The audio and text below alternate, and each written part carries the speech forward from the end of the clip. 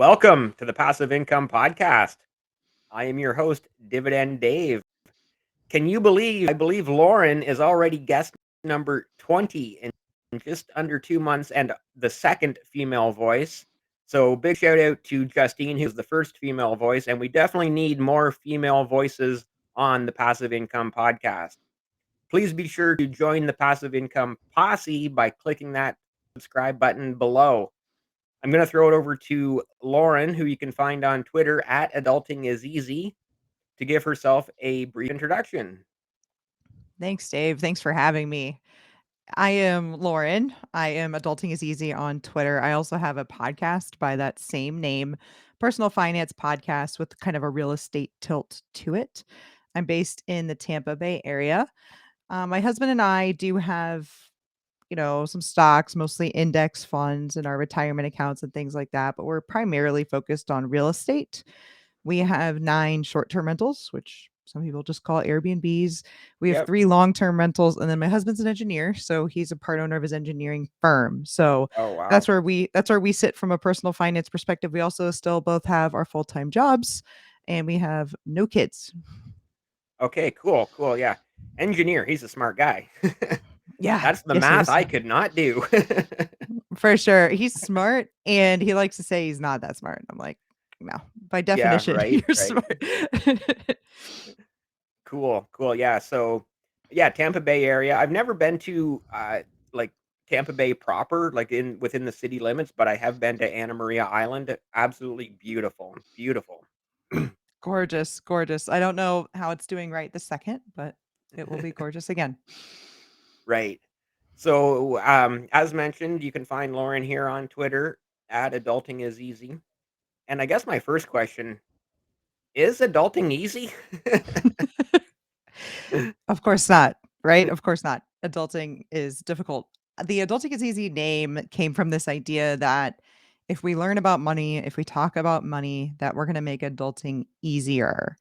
And so I grabbed that Twitter name in 2017. I didn't do anything with it until 2019 when I started my blog. And then I started the podcast, and the podcast was meant to be me talking to my little sister, who is 13 years younger than me. So at the time, she was like 16 years old, and it was me just telling her about personal finance. And over time, she got busy, ended up, becoming a senior in high school and having to deal with SATs and going to college. And so somewhere around there, I started interviewing experts instead and just bringing her on once a year to kind of just go through everything that happened while she was gone. And so that was the idea of let me be the big sister, right? Because I've always had the big sister role. Yeah, Because my obviously I that's have a a little big brother age too, gap who's only too. 2 years. Yes, yes. My brother was born when I was 2, so I've always been a big sister, but with her, it's a little different, right? I taught her to ride Right. a bike, taught her to tie her shoes. I was there when she said her first words and swallowed her first solid food and all of that. So it was just a natural progression of the relationship we already have, which was me teaching her about things, and she loves to learn, and she likes to learn about money, and we think a lot alike in that sense. So that was the idea. I get trolled sometimes on Twitter because people are like, "Adulting is not easy. You've never had a minimum wage job, you know? It's about making it easier, guys." I was actually thinking about that as I was leaving work today because I knew we were going to be talking this evening, and I knew that was one of the first things I was going to ask you. Was like adulting is easy, and it's life, right? Some days are easy, and some days are very difficult, and that's just life. Whether you're a 6 or 10-year-old kid or a 30 or 40-year-old adult, you have good days, you have bad days. Sometimes you have some great easy days. You're just sitting on the beach enjoying life, and other days are very, very difficult. Absolutely, and if you don't have to worry about your next meal or whether you're gonna be able to pay your rent next month or whether you're gonna be able to retire someday, if you can remove some of those burdens from your mind, you can just make it just a little bit easier. A Some lot people easier, talk about, really. yeah, you can play life on hard mode, or you can learn a little bit about money and maybe play it on, like, medium mode, Yeah, yeah. That actually, I wasn't even thinking about bringing this up, eh, but my ex-wife always said to me, "You always try to find the easiest way to do things." And I was like, "Well, yeah, why wouldn't I? Like, if there's 2 ways to do things and one way is really hard and one way is really easy, why would you not just choose the easy way to do it? Like, it never made sense to me that she was always, like, probably one of the reasons it became a failed marriage was like, why is this a problem that I'm trying to figure out ways to do things easier than do it the most difficult way possible? Yeah, I mean, as long as you're doing everything legally, I always we Yeah. watch a lot of those, American Greeds. I don't know if you guys ever watched that in Canada, or if you think about I like to read those books, the books that were about, the Sackler family, Purdue, which, who created Purdue Pharma. I read, the GE book, Bad Blood, A Conspiracy of Fools. I love all those kind of like business scandal-y type books. And whenever I'm thinking about this, I'm like, they tried to do it like too easy of the way, right? Like, Right. Yeah, yeah. Well, like there is I Enron, guess there is a line at some point. There is a line yeah, that you can't cross. yeah, Uh, exactly. So as long as you're not doing that, sometimes it's good to put in the time. But one of the things that I did to make adulting easier, if you will, was very early on got into sales. And that allowed me to make a good amount of money. Like I was making six figures from when I was like 24, maybe oh, 25 wow. years old. Yeah. And I'm 33 now and I'm still in sales. So I guess you can kind of do the math on that. But that really helped open things up for me when I Yeah. realized, okay, I can decrease what I'm spending, and I did, right? Like I had a very affordable home, I had a roommate and all of those kinds of things, but I've also been a pretty big proponent of you're gonna make your life a lot easier and make personal finance easier if you increase your income as well. Yeah, of course. Yeah, and that's a great position to be in. There's not a lot of, 23, 24, 25-year-olds that are making 100 grand Yeah. or more, whatever, like 6 figures, right?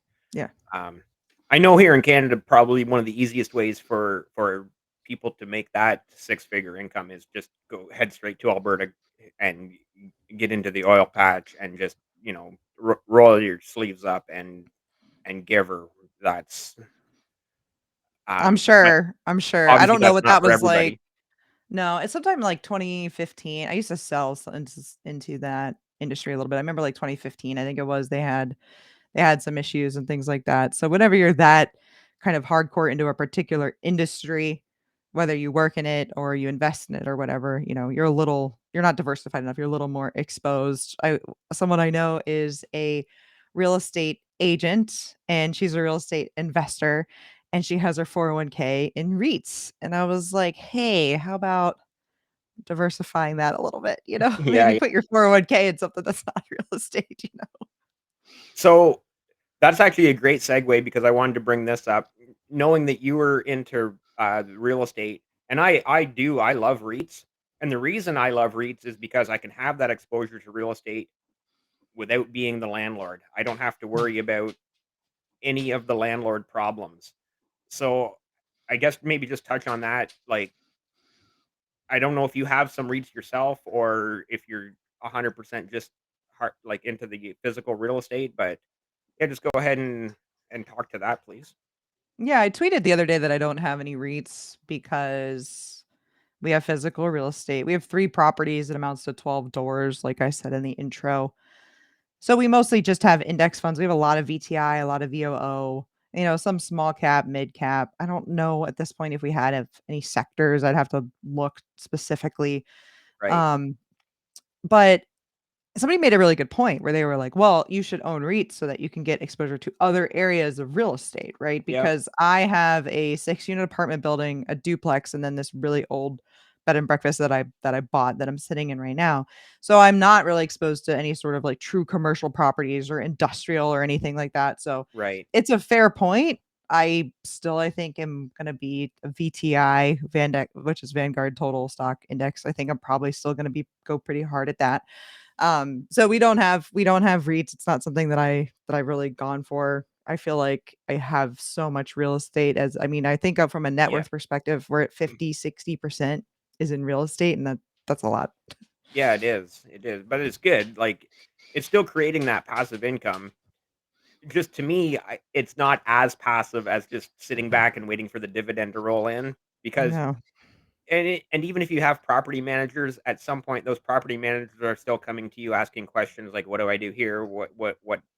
There's still things you're the final say in those decisions, and I just want to remove myself from that. That's just sort of my personal opinion. And Oh, I get it. I get it. yeah, What I tell people is it's more passive than my W-2, right? It's more passive than my sales job. It's more passive than my husband's engineering job for the most part, right? right. Like, we got a bunch of bookings yesterday and today on Airbnb, and not a lot has to happen. Our communications go out automatically. We make sure that the locks set themselves automatically, right? Not a lot has to go down, right? But when something, when the ish hits the fan, right? Yeah, When a toilet's not working or a toilet seat comes off or at two a guest, a.m. yeah, that's never happened. Or a guest, I Knock guess on wood, right?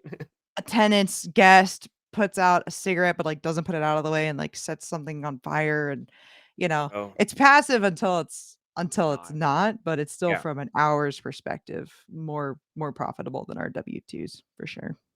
yeah, definitely, definitely. And I get that, like, and that's 100% the reason why, for me personally, I find it difficult enough to take care of one house. R But I'm also the type of person that is gonna do the work myself. I'm not gonna go and hire that property manager. I'm gonna be that guy that says, "Oh, I've gotta go over to my rental property and fix the toilet at 2 AM," or whatever problem is occurring. So that's why I just wanna remove myself from that potential headache. And going back to your point about the REITs and different sectors, yeah, I'd like, obviously, I'm heavily invested into the Canadian REITs, and I have one of the more popular ones here is called RioCan, which is a very they have several properties across Canada that have, and within those complexes, they have retail stores, restaurants, movie theaters. The one closest to me has a Home Depot as the anchor retail store, so, Yep, that's just to me, it's a no-brainer. I have another REIT that's called Northwest Healthcare. They invest in medical properties, so, like, doctors' offices and clinics, and they probably even own hospitals, right? So, yep.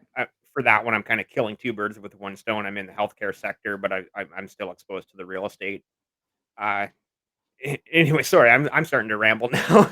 No, no, that you make really good points there, and I'm not saying I'll never own REITs. That's just not where we're at right now, and I totally agree about I don't know how many more properties we could really have. Like I said, we've got a good amount of doors. We have 3 properties. Our apartment building is 2.5 hours north.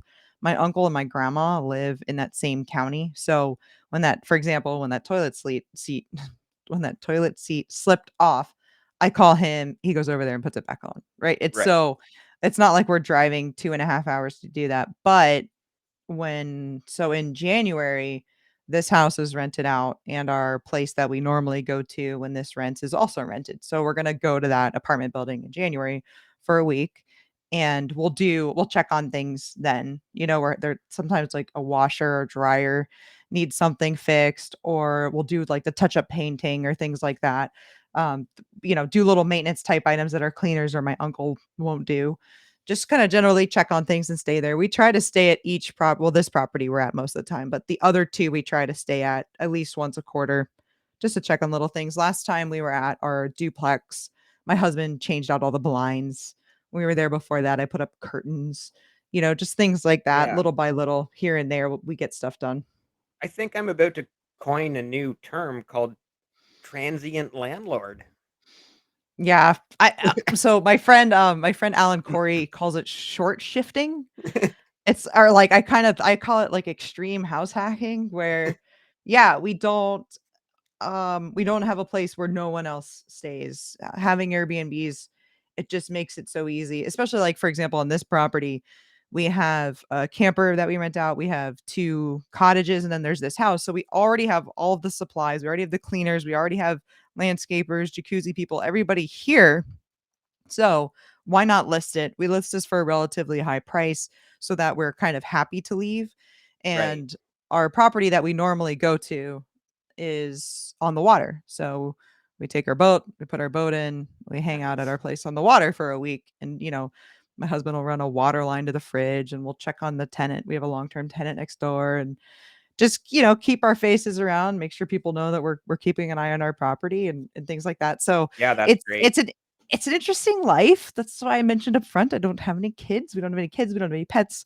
We have two jobs. They're remote. So we're location independent. And we have a dream, I suppose, of someday rent them all out and go somewhere else, right? And maybe, we have our camper and stuff. Maybe we'll do more of that. We've only been doing this for about a year now, so Is your we're boat still big enough sort to of sleep getting used to it. on?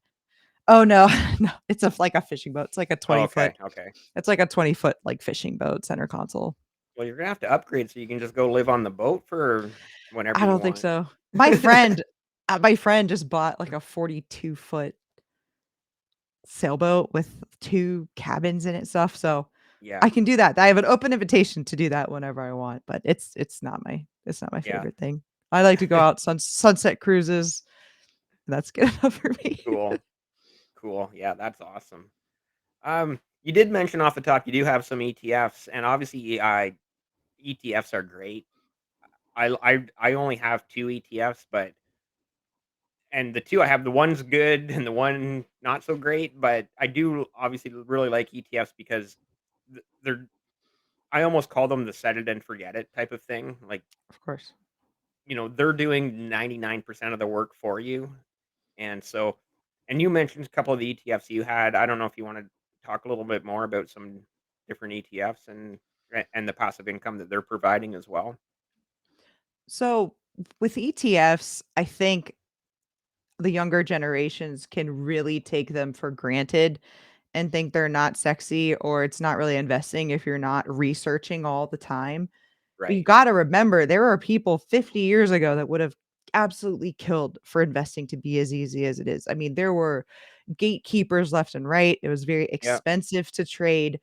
Vanguard and these other, brokerage firms have done a really good job of making investing really affordable and really easy. And yeah, you can go out there and you can research, say, 30 stocks, 40, 50 stocks, whatever, and pick your stocks one by one.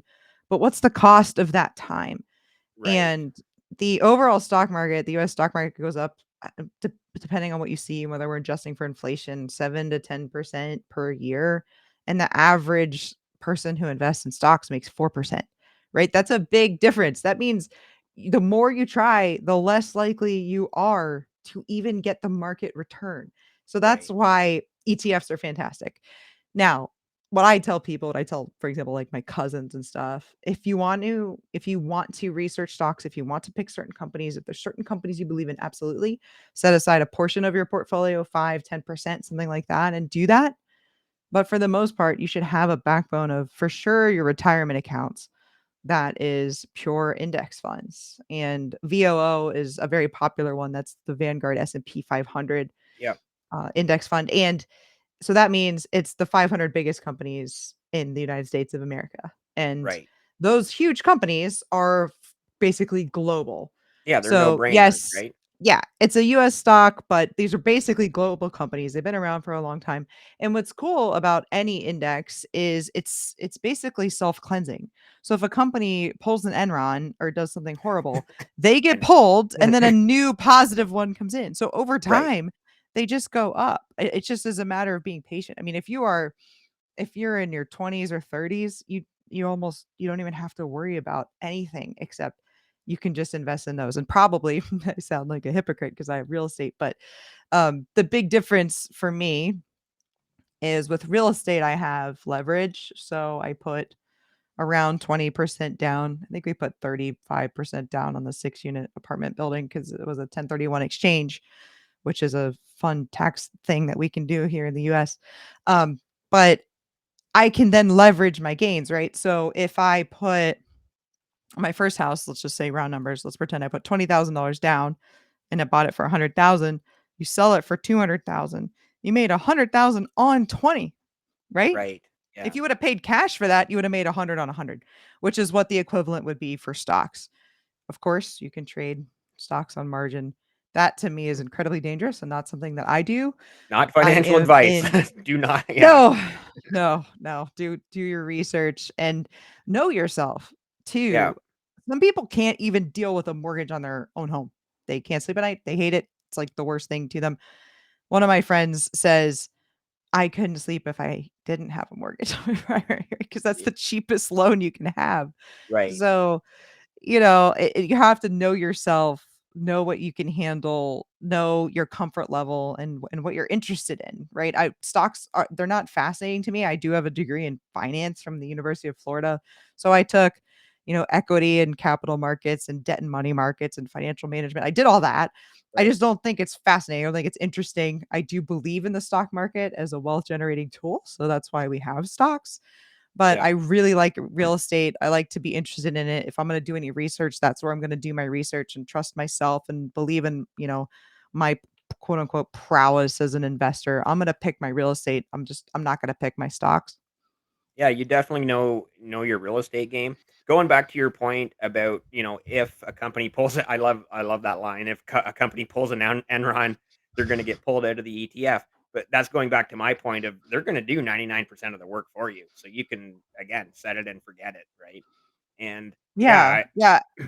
And don't be greedy, right? Like what this crypto stuff was insanity, but like I tweeted just my bio for like I was going on a Twitter space, and so I tweeted my bio and Lauren, age, location, job, all that. yeah, And the portfolio allocation was like, I'm in just put like newbie crypto investor, like aiming for 1% or something. Like, oh, this all sounds awesome, except way too low on the crypto, way too low on the crypto, way too low on the crypto. And I'm like, well, a year later, that was looking like a really good move, right? So the APRs, the returns that we were seeing supposedly in crypto were like 26%, and you can loan out your crypto and get whatever. Who yeah. are you that you need more than 10% returns? Like, I don't know, it's just insane. Like your money's gonna double every 7 years. Like, come on.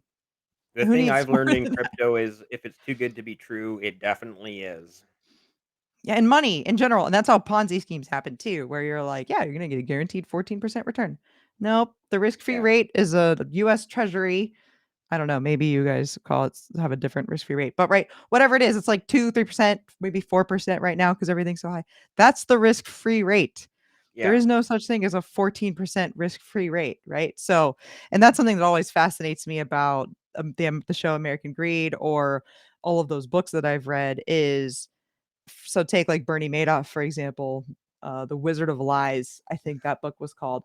But he was greedy, yeah, but like so were all the people that invested with him. yeah.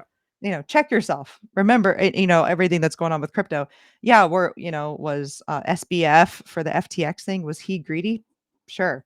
Oh But so yeah. was everybody. So was everybody trying to get rich quick on crypto. So look yourself in the mirror on that one. I don't know. That Sorry, that whole I didn't mean Sam to get all preachy Bankman-Fried. on that. No, but that whole now that you have that whole Sam Bankman-Fried, like I didn't watch the interview, but I saw a follow-up tweet to it where he was basically saying, "I didn't mean to commit fraud. I didn't even know I was committing fraud. Sorry, I committed fraud, but I guess I did commit fraud." Like, okay, buddy. It's like, It's crazy. wow. So I'm pretty big on Twitter Spaces. I try to join them pretty regularly, and he was on one, Dave. I got off of it to sign into this, and he was talking on a Twitter Space about everything he did. It's just it's Wow. that's incredible, and that is, an unfolding story, and Yeah. I told my husband I was coming in here to record, and he go, "Yeah," but I had the space still on, and he's like, "That's gonna be such a good book." Like, "Yeah, it's gonna be one of those books I could read because 'cause I'm always looking for a new one." Wow, yeah. It's I I don't even know where to go with the whole crypto thing at this point. Like obviously 2021 it was sort of the big thing, Bitcoin was skyrocketing and then obviously this year 2022 it's settled back down to where it is like at Yeah. at Well, and I will very say, I own just like a tiny bit of crypto in Webull. My husband did buy in FTX.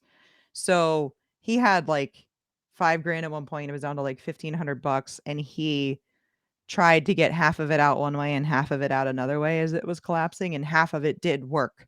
So we did actually lose about Yeah. $750. So, in that, Yeah. RIP. But, Yeah. play stupid games, win stupid prizes, right? Yeah. Not your And keys, not that's your coins, blah, blah, blah. and like I said, that's exactly what I've learned in crypto is that if it's too good to be true, it definitely is. In personal Not finance. I mean, if it's too good to be true, it is. If somebody comes up to you and they have this, like, fail safe, get rich quick thing, it's just not right. It just defies the laws of personal finance yeah. or the law it really just math. It just defies math. Yeah. And that's why I 100% love dividends because it is a get rich slow scheme, right? You're going to have to be patient. You're going to have to take time. You're going to see it grow over 10, 15, 20 years. But when you get to that 20, 25, 30 year mark, you're going to be like, oh, wow, I really am happy that my younger self did this for me. Yeah, you have to think of your personal self as yourself. I talked about this on a podcast recently where there was a study done and they hooked people's brains up to electrodes and they showed them a picture or maybe talked to them about their future self and also talked to them about strangers and the same part of their brain for the most part lit up where people think of their future self as a stranger the same way they would think of someone that they don't know, and Right. you have to try to get around whatever that is in our minds that causes that. I always even when I was 22, I thought 22-year-old Lauren is working for 64-year-old Lauren. 23-year-old Lauren is working for, I always thought of this where, you have to think of your future self as yourself and you will absolutely thank younger you for the decisions that you make. And something else I tell people, especially my cousins.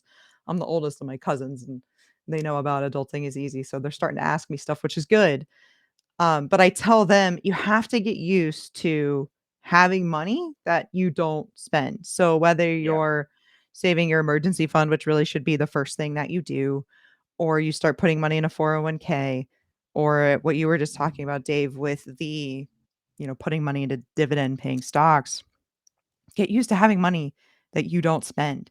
And the sooner you do that, the more comfortable you get with that, the earlier that happens, the more you're going to be likely to leave it the heck alone. Leave it Yeah. alone. Let those dividends grow. And a lot of real estate investors are going to like dividend paying stocks because we love the idea of cash flow and not having to sell the asset, right? That's what real estate has a lot of great things about it because you have appreciation, you have the loan pay down, you have the tax benefits, and you have the cash flow.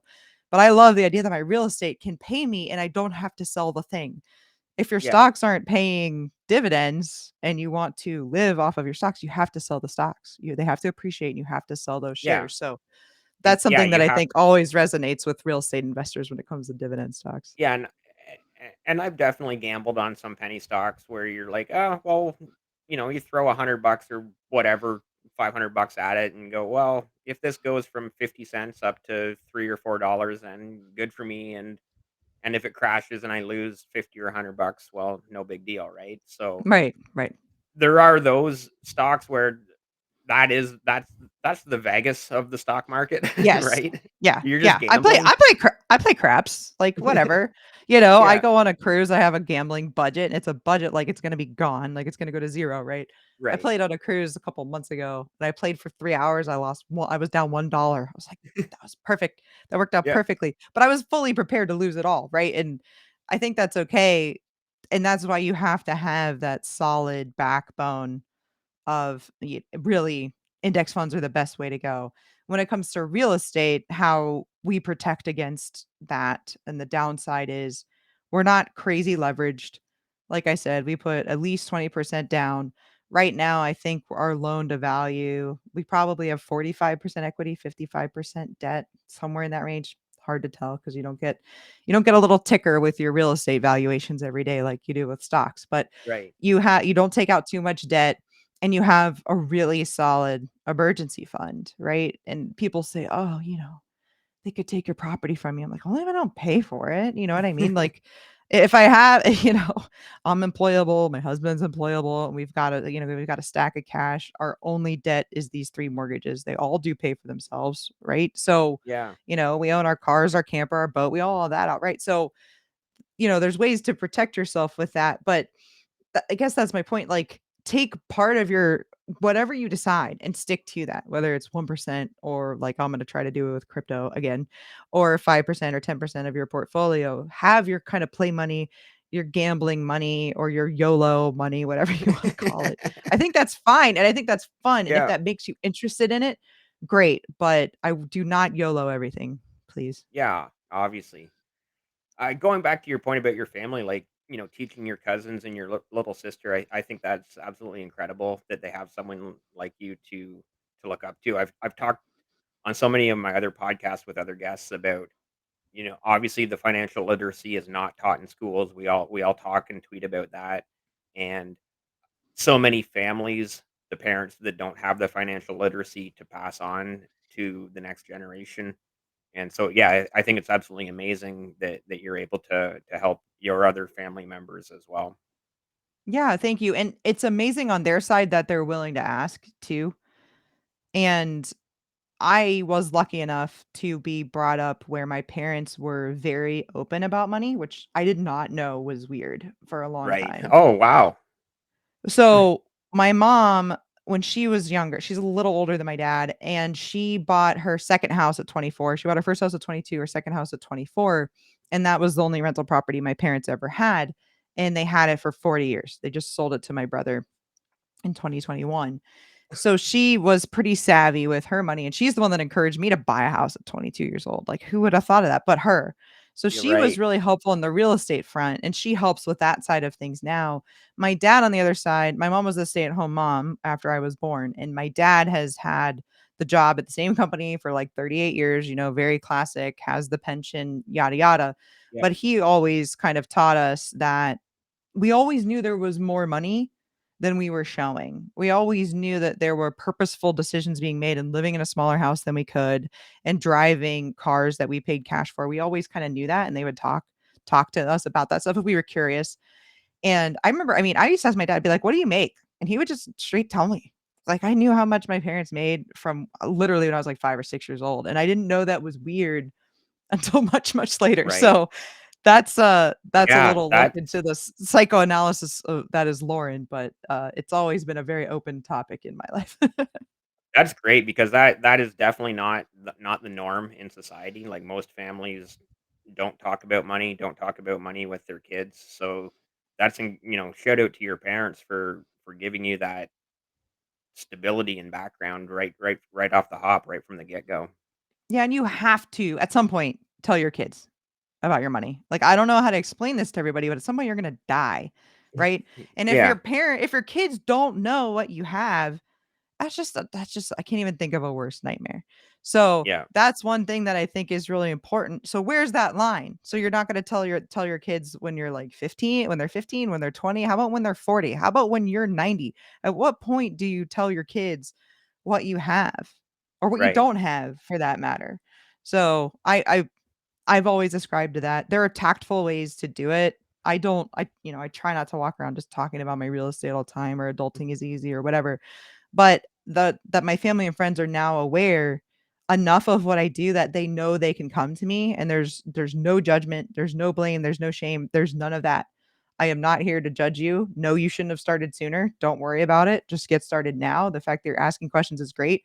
And so I give my brother I've done coaching with, my sister always has questions. My dad sometimes asks me questions now, which is a weird kind of full circle moment. But the fact that Yeah, people are willing to come to me and approach me, that's huge. It takes a lot to ask somebody those questions and to admit that you don't know what a lot of people feel for some reason like they should know these things. They feel like they right. should know. And like, you were never taught. Why should you? You shouldn't know this. It's not a stupid question. Ask away.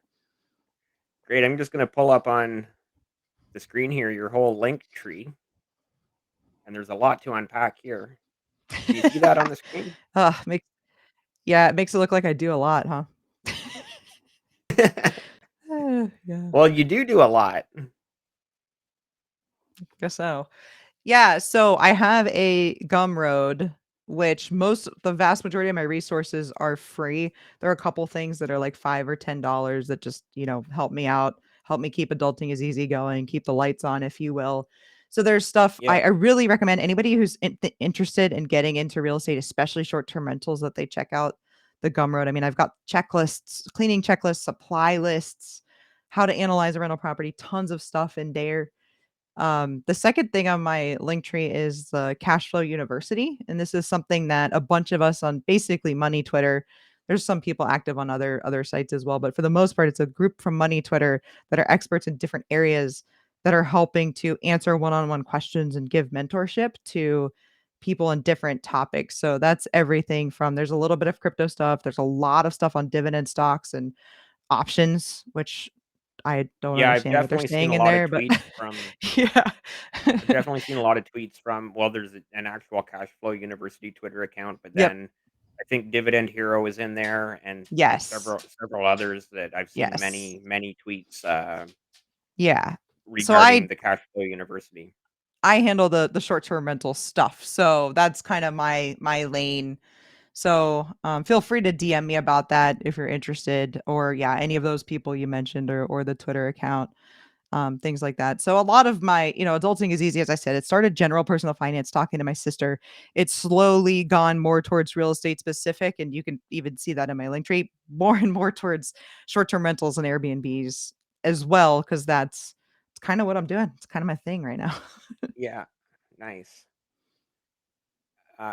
Yeah, next up was the remote Airbnb management course you're offering. Yeah, so some people have asked like, "Hey, are you gonna create a course?" And I have not created a course. I helped with my friend's course, so that's what that is. They made it manage natively in the Airbnb and VRBO apps, but there's a lot and I don't. I use a property management software called OwnerRez to do my management. That said, even if you wanted to take my approach versus theirs, that's great about running numbers and setting it up, how to decorate it, how to set up your listing, very detailed stuff in that course. And I helped with it and I have a bonus lesson. So I have elected rather than to at this point create my own to go ahead and showcase theirs. So that's what that is. They are James and Emily of Rethink the Rat Race. They retired at 27 and 28 on rental properties. Oh my goodness. Yeah. That's young. Yeah, super young. That's very young. I know. Well, they messaged me. They're like, "So we're snowbirding in Tampa Bay," and I was like thinking they were gonna be old, and when I met them, and they're not, they're so Yeah, young. cool. One-on-one coaching sessions, I think, is the next one on the list. Yeah, Or did I skip one? I I have skipped my one. I have my listings on there. Book with me if you want. I mostly just want you to know that I am who I say I am. So I do have the listings I say I do. I am doing one-on-one coaching, not a ton of it because I am so busy, but in certain situations, I will take on a coachee. I have one right now where he and I get on for an hour a couple times a month and analyze a couple of deals. I have another coachee who is setting up a listing. So we're working on actually what does the listing say and the house rules and how to decorate it and things like that. So if you need help, I do some general personal finance coaching as well. But if you need help, certainly reach out on that. The next one is my podcast. Again, that's Adulting is Easy. It's pretty much everywhere you get your podcasts. Please subscribe. I recently started doing video for that, so I have a YouTube as well, and so some of those links are there. And then I Yeah, down at the have bottom. yeah, at the bottom, and then I have my landlord insurance, the Steadily link there. They are my number one sponsor of my podcast, and even getting a quote can support me. And Adulting is Easy, so that's why Awesome. Steadily's there. I Yeah. think we did skip one in there. Vacation Nature Coast rental That's business. yes, that's my rental business. So, that's my stuff. Come stay Okay. in my backyard. Cool, cool. Yeah, you're definitely a busy woman. You have a lot going on there. And obviously you have a lot going on with your rental properties as well. So, Yeah, I obvi say I have 3 jobs. I have my main job, I have the 12 rental doors, and then I have Adulting is Easy. So, a couple yeah. evenings a week, I join podcasts like this, or I record my own, or I do my coaching sessions, or I do Cashflow University stuff, and right now, everything is in balance with all 3. But it would not take much to knock it out of whack. So we'll see Well, what the that's future life, right? holds. It doesn't take much to knock you So out of true. whack. It's true. That's just life. You Yeah, never you're know not when wrong. life is gonna throw you that next curveball. Exactly. Exactly.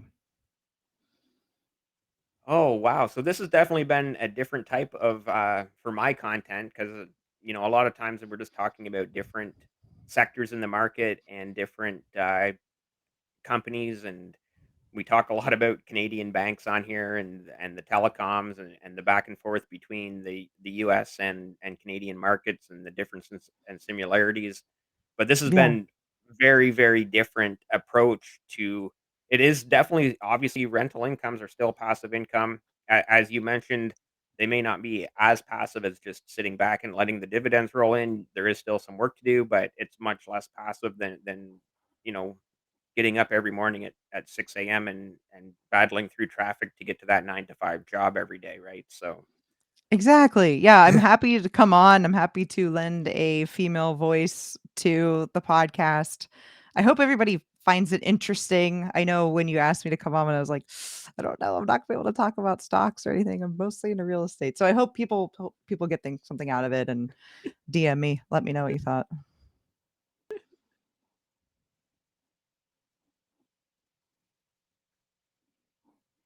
definitely, yeah, and like you mentioned, yeah, I'm definitely only two male. Let's I guess we'll just wrap it up and thank you for to Lauren at Adulting is Easy for spending some time with us on this episode of the Passive Income Podcast. Thanks for having me.